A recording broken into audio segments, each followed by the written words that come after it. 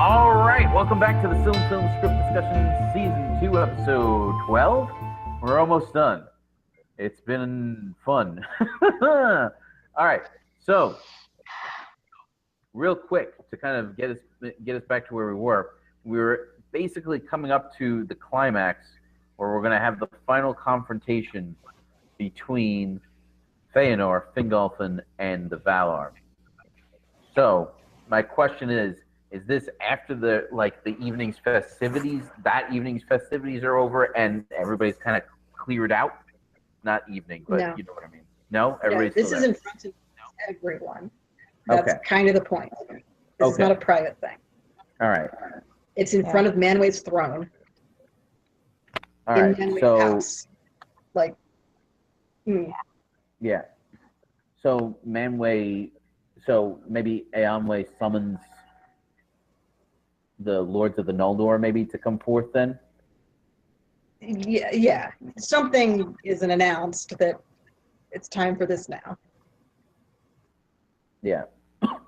So it's laid out that, and we can actually use some of the material from the book here, because they talk about how, while they know that I have that same exact edition too. It's right upstairs. That's the Ted Nasmith illustrated edition, right? It is, yeah. What? I have that one. Yep. That's wow. awesome. Well, that's pretty cool. You know what we need to do? We need to, if we're all at Mythmoot, we need to bring, the three of us need to bring those books and sign each other's books. I think we should do That's that. a Anyway. great idea. I can do Well, that. I don't know. But I don't Ted know Naismith if will be at Marie's Midmoot, okay with. so you could just get him to sign. Will he? I think That's so. true. Well, yeah, I'm going to do that too. That's totally happening. All right. Yeah. So I didn't know he I'm was pretty sure he's supposed to be there. He wasn't the first group announced. That's awesome. Okay. So they're summoned. It's, they go through what, that they are aware that Melkor had a hand in all this, but that, that crimes in Valinor cannot go unaddressed, I guess is the right word, but I don't think that's the word they would use. What exactly where did they use, Marie? Let me find it here. I had wanted to bring it down and I forgot. Yeah. She doesn't have the entire thing memorized? What? Of course not. Okay. This happens every time she has to look something up. We all are like, Marie, how do you not know this? Seriously. It's hazing out of pure love. Of course. So after we got through him not wearing raiment for festival, it says, nevertheless, he met Fingolfin before the throne of Manway and was reconciled in word. And Fingolfin said it not, the unsheathing of the sword. For Fingolfin held forth his hand, saying, as I promised, I do now. I release thee, and remember no grievance. Then Feanor took his hand in silence. But Fingolfin said, half-brother in blood, full brother in heart will I be. Thou shalt lead, and I will follow. Grief divide us. I hear thee, said Feanor, so be it. But they did not know the meaning that their words would bear. Okay. Yeah. So I actually want to go back a little bit further than that. Right, but that's the first thing it says about. Yes. No. I want to go back to the sentencing that we didn't get. Because when he says, as I promised, that's what he's referring to. Right. And if we didn't show that scene, we can't have him say, as I promised. Right. So what I'm saying is, if I can find it. Give him his line from the sentencing here. Oh, okay. Right. Well, right. That too. But what I'm saying. I really love that. You really love what? The I hear you, like that. I acknowledge what you're saying. Exactly. I mean, the fact that Feanor's like silent and saying nothing. I mean, he's giving Fingolfin nothing to go on, and then finally he says, "I hear you." It's like, really, dude? You're supposed to be apologizing here. I know, it's so bad and so good. He's such a jerk, and it's wonderful. Okay, so Mando says, I like it. At the sentencing, Mando says, "Thou speakest of thraldom. If thraldom it be, thou canst not escape it. For Manwë is king of Arda, and not of Amon only. This deed was unlawful. Whether this is not okay. Hang on. Before that, okay. So it says that the malice of Melkor was revealed, and straightway Tulkas left the council to lay hands upon him. Tulkas and Orome should not be here Because they're hunting Melkor. because they're busy hunting Melkor. Yeah. Oh, but then Orome's hounds can't be there, and Huon can't go meet up with his. Oh, you're right. All right, so I guess Orome has it, but Tulkas is not there. But Tulkas cannot be. Tulkas can be. Because Orome's like, dude, we've been looking for 10 years. I haven't found him yet. Like, I'm not going to miss the party just because we can't find Melkor. Right. We could even throw a conversation between Orome and Manwë in here to give us at least this one glimpse into what's going on, where where this is like Orme's kind of taking a very short break. Yes. Yeah. From this, or maybe Orome isn't super happy about being summoned to this thing.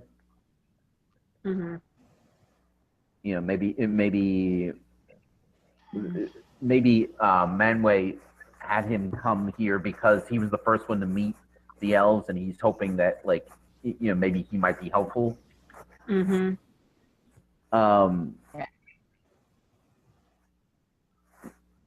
So it says here that, but Feanor was not held guiltless, for he it was that had broken the peace of Valinor and drawn his sword upon his kinsman.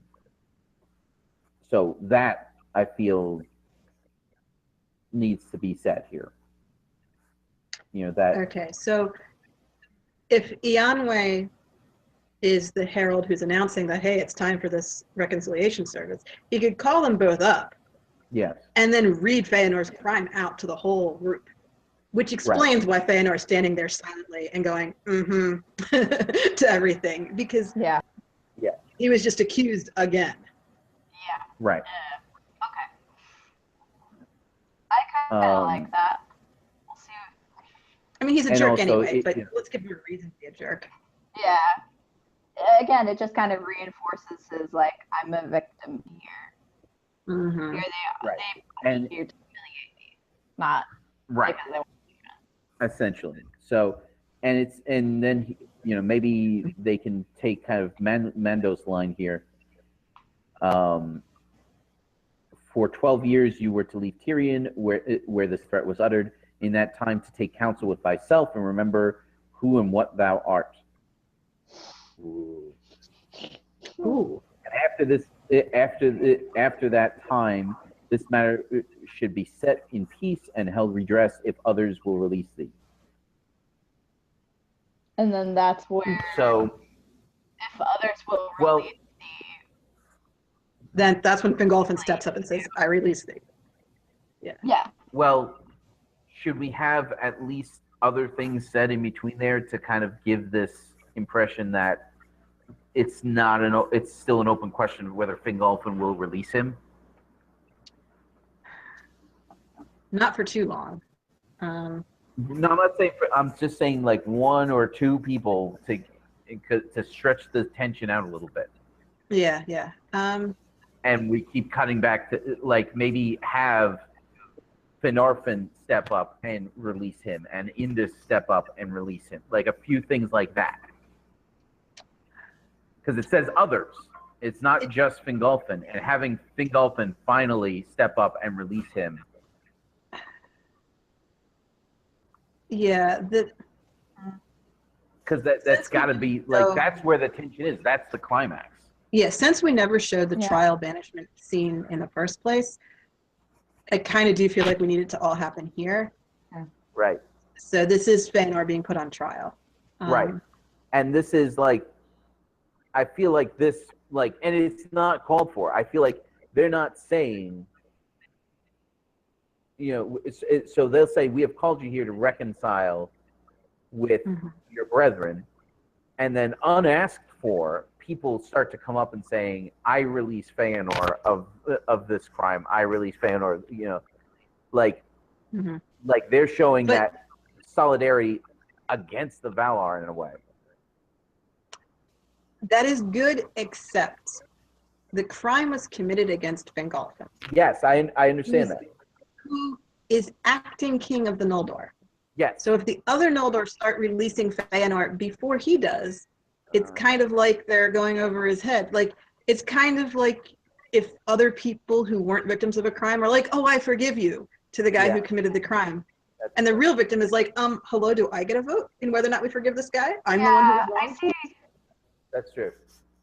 I see what you're saying, Nick, that like we might want to stretch out the tension longer. But I almost feel like I wonder if having other people go up doesn't take the tension down, because then it might not be as impactful for Fingolfin to step forward. So then, right? Okay, that's fine. No, I get that, but I'm saying that we do have to stretch it out, because that's what we've got here. If okay, first off, is Ianwe speaking for Manwë, or is Manwë speaking for himself in this scene? I'm okay with either. I don't really. I feel like Manwë speaking for himself brings him closer a little bit. Yeah. And I don't know if that's something we want or don't want. Right.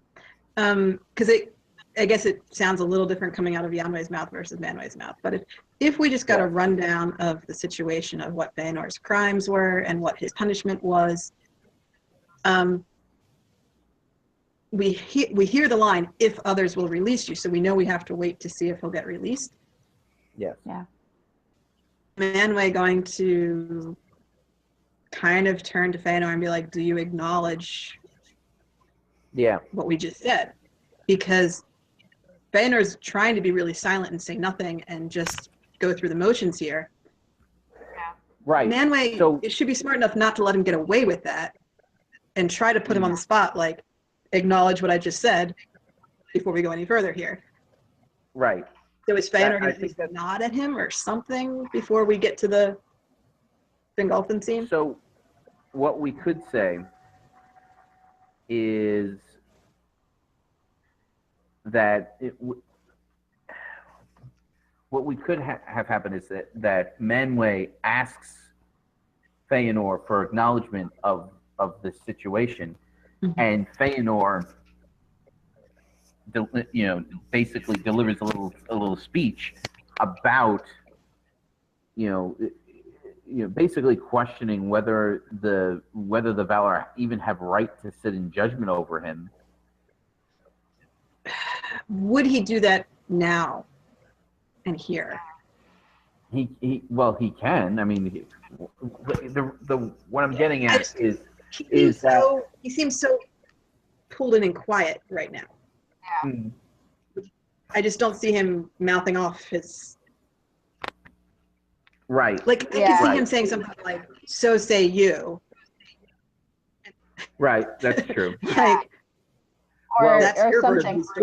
Well, here's the thing. We could, if he says something, okay, if he says, because Mandos says a line that we've also taken away from him, that says, "Thou speakest of thraldom. If thraldom it be, thou canst not escape it. For Manwë is king of Arda, and not of Aman only. The deed is unlawful, whether in Aman or not in Aman."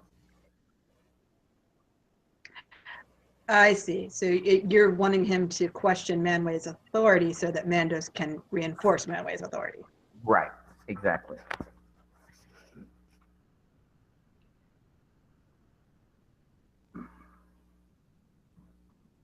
And then to have Fingolfin step up and release Feanor is now an act of defiance. In addition to him trying to reconcile with his brother, he's also defying the authority of the Valar.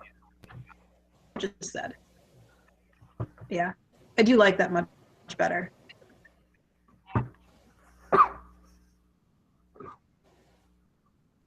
Having lost this movie. Say again? Go ahead, Marie.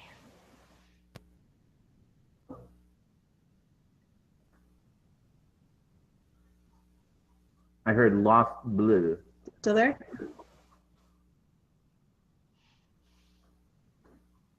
Uh-oh. We're having more problems. Oh no. Oh, Creator, are you back? Yeah. Oh, okay.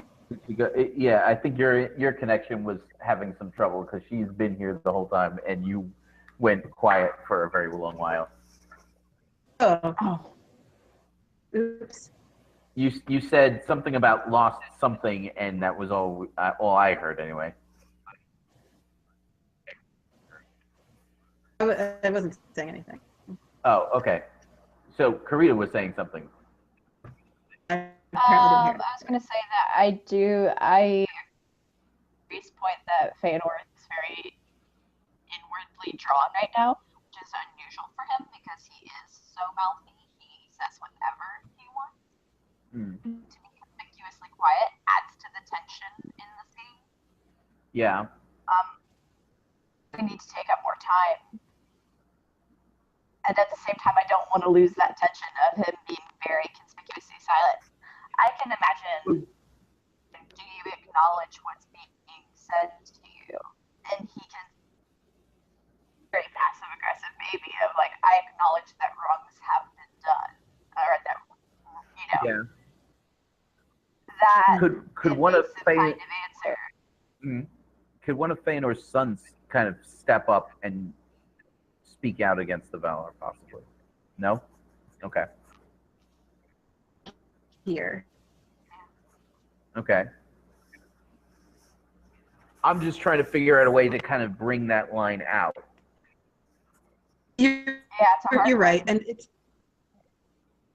like someone like Karen there is good at keeping. So we do have people available who could been and say said. Right. Yeah. I just don't think they're willing to speak over their father. Yeah, that's true. I mean,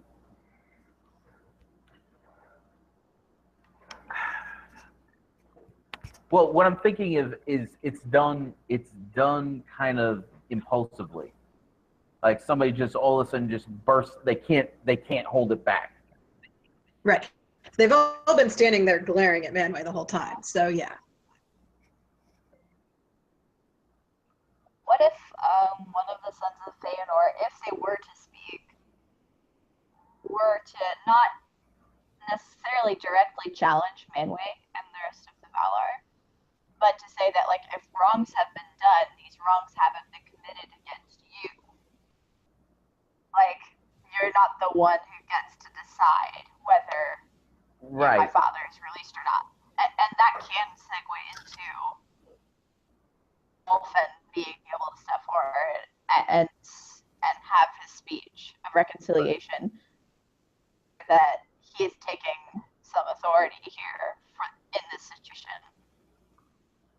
And not Valar, which Feanor is not willing to cede to the Valar at all either. So that's one thing they have in common at this moment. Right. But I do think that that speech can't come from Feanor. Can we imagine that happening?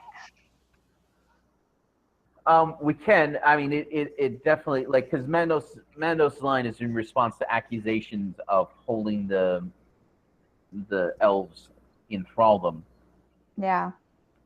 So, right. So I mean, we don't have to use the line. I just feel like it's a pity not to, because it's kind of cool. We should at least keep the concept of Manwë as king of all Arda. Right. We don't have to keep the only, but outside of Amen, like the thraldom issue, we can the Tyrion too. Mm-hmm.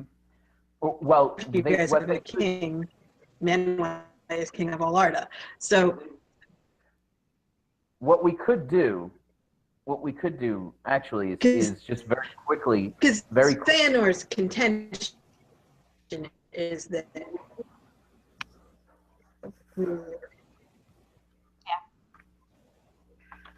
could whoever it is that speaks up say, if there were crimes that were committed, they were not against you,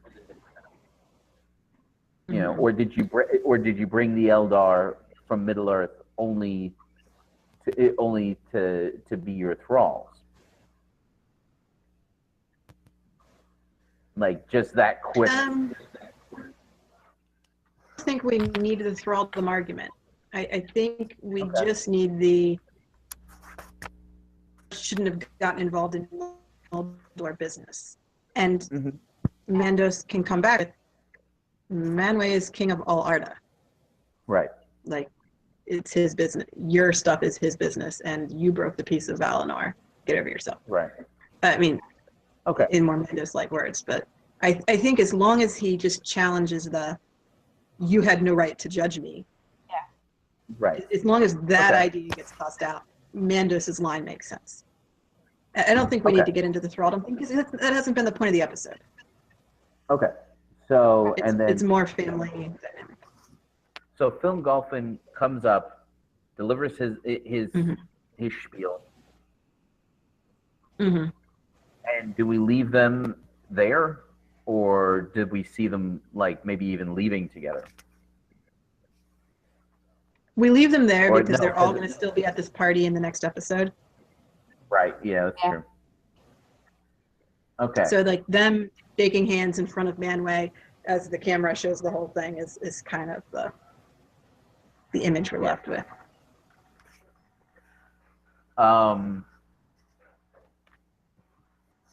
Okay.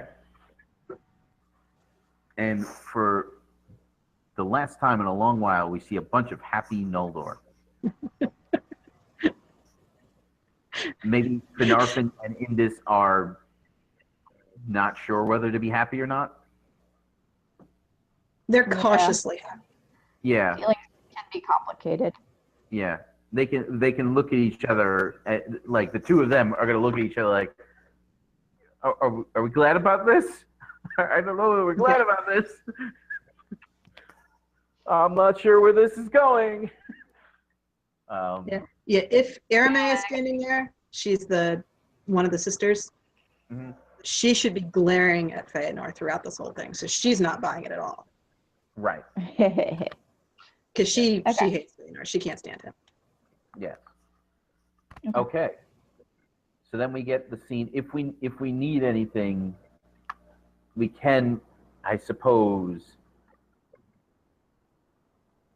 insert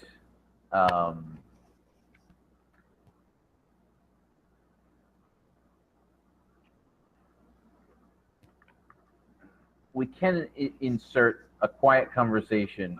I don't want to do it. I don't want to insert a quiet conversation of Foremost while this is happening. It doesn't work. I don't think it's necessary. Well, time-wise, it might be. Yeah. Oh, I see. Yeah. But like party filler. So, it's a party. There can be music and elves and stuff. I don't know. Party. Okay, so the party Act 4 can be very short. Okay. Party. So then we get Melkor and party in Valinor. Come on, it's got to be awesome. So we get the scene of Melkor and the shot of Melkor and Ungoliant, Spider Ungoliant. Yes. Well, maybe he's standing up on the Pelori by himself, and like the cloud of Ungoliant kind of like rumbles up next to him. Sure. He should say something super creepy and epic. Oh. I don't know Like if I could what? think of something super creepy and epic for him to utter at this At point. 12 at night, yeah. Something I like can do "So it begins" is not really what you had in mind. No. Now then. Yeah, Because he has a spear with him, by the way. right. Yes. But nobody holds a spear like this when they're just standing there. I know. I didn't know how to show you that there was a spear when only this Yeah. much of mine is Yeah. visible. All right. He has a spear. He has a spear. I don't know what I'm supposed to do with a spear. It really work. It wouldn't work for me either. I'd be like, he has a spear. Yeah. The point is, he's in his full-on Tyrant of Angband outfit. Yes. Which is. was he not in that when he talked to Fingolfin? I don't think so. I don't think he was quite there yet. So she's changed her outfit, and he's changed his outfit. Yes. They put All on right, their well, Wreck Valinor outfits. Yeah. We can figure out there. Let's wreck this place. Totally the line he utters at this point. Party crashing at its finest. Is he aware of the fact that they're having a party, or I guess he has to be? Like, well, why else would he pick someone to do it? He's a And I jerk could and he tell from the party. sad. Yeah. Okay. All right. Anyway, I think we're good. I think we've done it. I think so. Almost 5 hours later. So Yeah. yeah. Anyway, so thanks for watching this 5-hour-long video. Unless I can one day somehow, some way edit this down to easily manageable bits. If you're watching live, good night. If you're watching this in the future, definitely like and share the videos. If you like and want to share them, if you haven't yet subscribed, that's a command, not a request. Down below, you'll find links to Mythgard Academy and Institute, Signum University, as well as the forums for this very project. And Mythmoot 4 coming up June 1st through the 4th of this year. Very exciting conference taking place on the Virginia side of D.C. Did it say when it was happening? June 1st to the 4th. June 1st through the 4th. That's when it's happening. So be there and comment down below with all your compliments and complaints and questions and all that good stuff. Good night, everybody.